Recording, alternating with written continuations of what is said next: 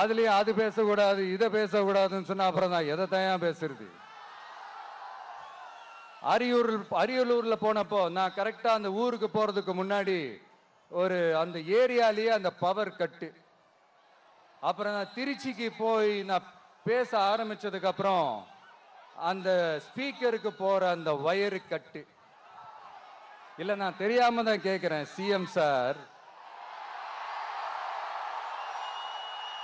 for example, இப்ப ஒரு RSS தலைவர் இங்க வராருன்னு வச்சுக்கோங்க, இல்ல நம்ம பிரதமர் மோடிஜி அவர்களோ இல்ல உள்துறை அமைச்சரோ இங்க வராருன்னு வச்சுக்கோங்க, இந்த மாதிரி கண்டிஷன்ஸ்லாம் போடுவீங்க,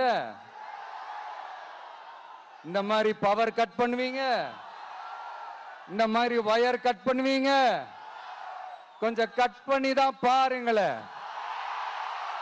முடியாதுல பேஸ்